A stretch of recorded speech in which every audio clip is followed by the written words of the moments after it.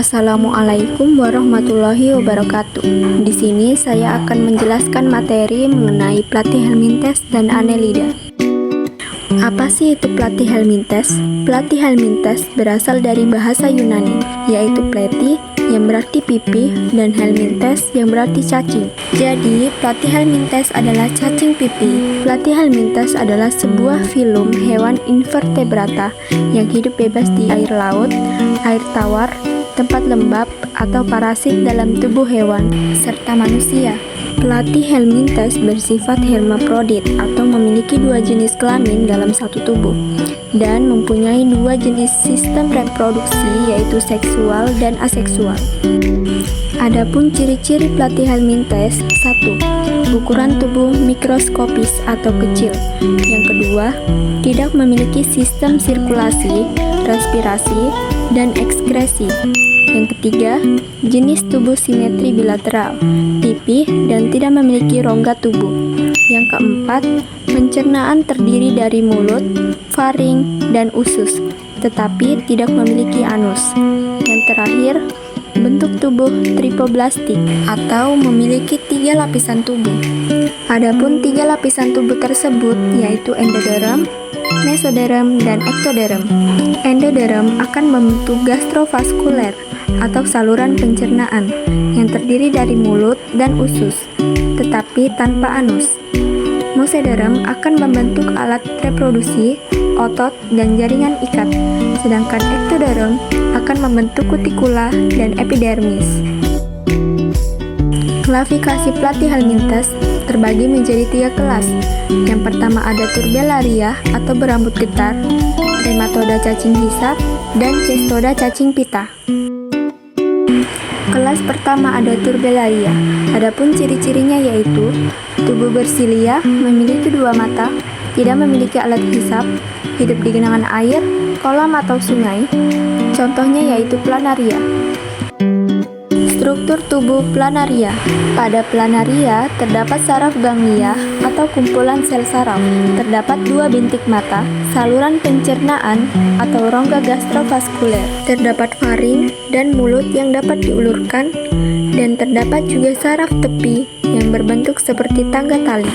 Planaria berkembang biak secara fragmentasi, dan Planaria memiliki daya regenerasi yang sangat tinggi. Apabila tubuhnya terpotong, maka tubuhnya akan menjadi individu baru dalam waktu 10-12 hari.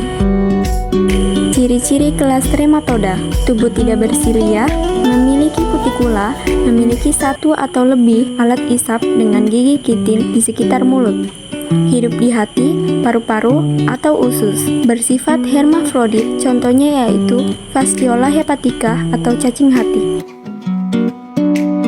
Struktur tubuh Fasciola hepatica: ada mulut yang digunakan untuk menempel dan menghisap makanan pada inangnya. Ada uterus, alat penghisap, usus, ovarium, dan testis. Daur hidup Fasciola hepatica. Cacing hati dewasa atau Fasciola hepatica hidup di saluran empedu atau kantong empedu hewan ternak. Di dalam saluran empedu dan kantong empedu, cacing dewasa bertelur. Telur tersebut kemudian masuk ke dalam usus dan keluar bersama-sama dengan fases ke alam bebas. Pada tempat yang sesuai, telur akan menetas menjadi larva bersilia yang dinamakan Miracidium.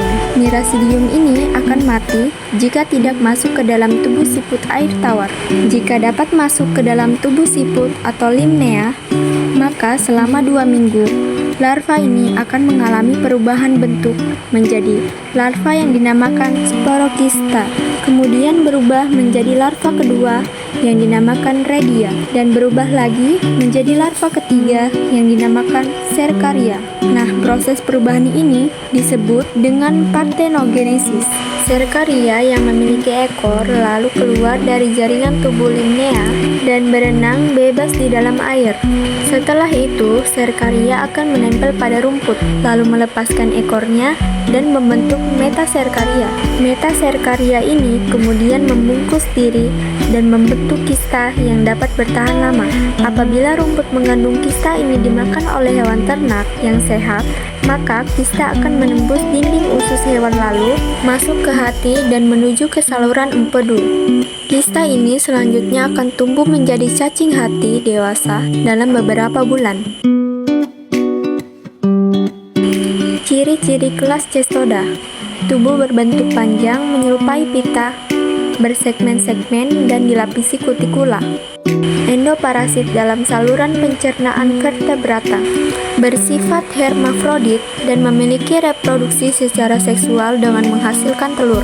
Contohnya yaitu Teania solium dan Teania saginata.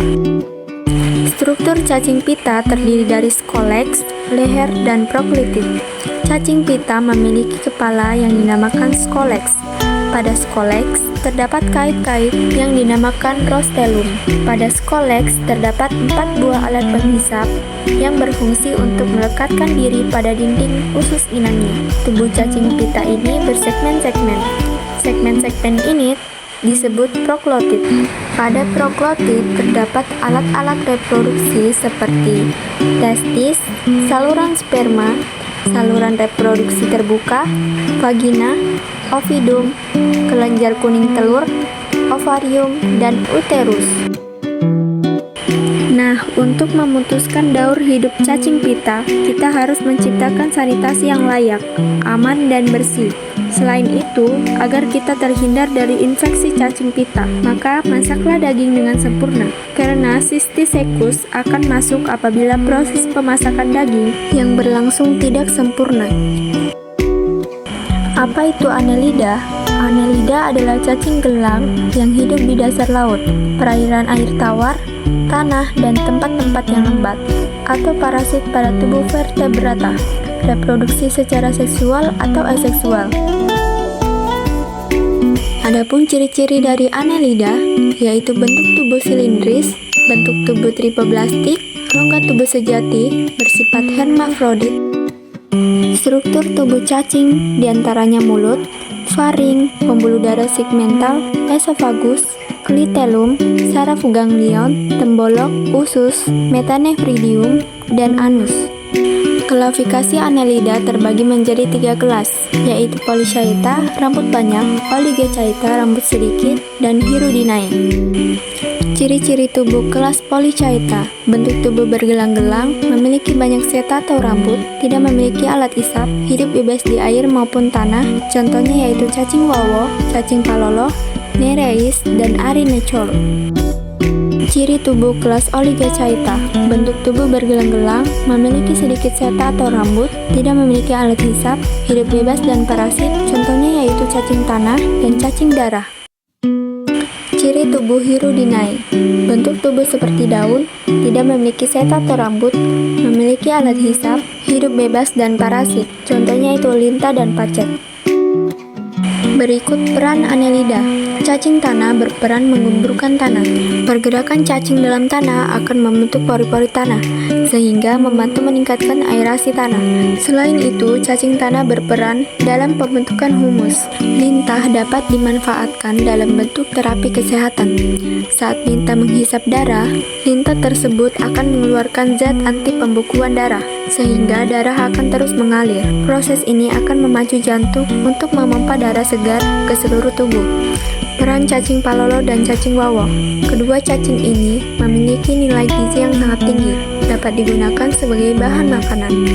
Sekian dari saya, wassalamualaikum warahmatullahi wabarakatuh.